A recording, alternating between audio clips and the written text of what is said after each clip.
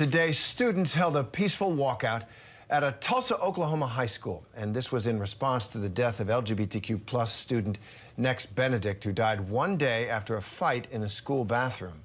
This is all happening just one day after police released surveillance video of the altercation, which shows Nex walking into the girls' bathroom. A faculty member soon follows, and then the fight is broken up. It's unclear if the fight actually contributed to Nex's death, though. A cause of death has yet to be determined. Our Maria Villarreal joins us now. Maria, we see there the students organized the walkout, demanding action following Nex's death.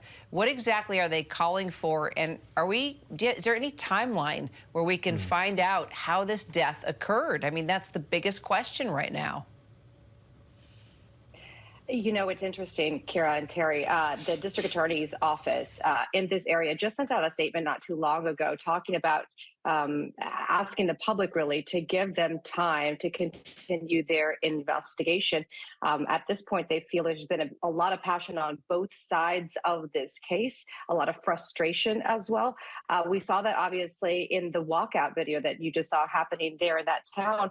Obviously, this has happened earlier today. It was a peaceful walkout. And really what students are calling for is a full investigation where there is accountability and transparency. Many of them spoke out saying that there were issues at this school long before the death of this particular student. So they obviously want accountability there. They want things to change in their school. We just want the word out that this isn't okay. Our children are scared to death to go to school every day, and something has to stop. And hopefully the school board will take it seriously because our children are dying. They are dying. So obviously there, a call for accountability and transparency, but right now, so far, the school district has stayed pretty quiet about all of this. Yeah, and Maria, it's so important, you know, to get the answers right in this case because, as you found out, talking to people, people are scared, people's emotions are running high. You know, what's next to determine the cause of death at this point?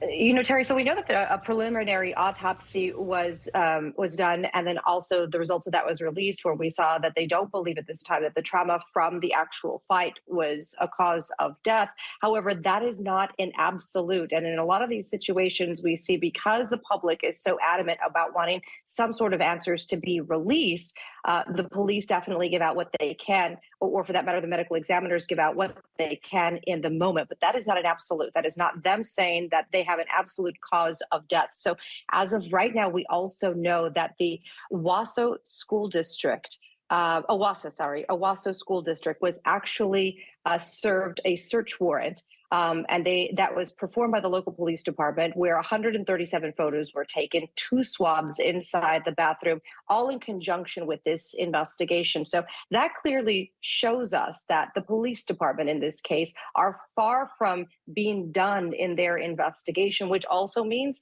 we don't have a cause of death. So I'd imagine we're going to see a little bit more investigation here.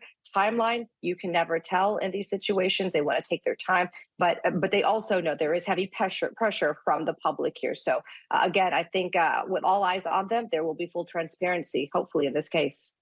All right, and we know you'll be on it. An important case. Maria Villarreal, thanks very much.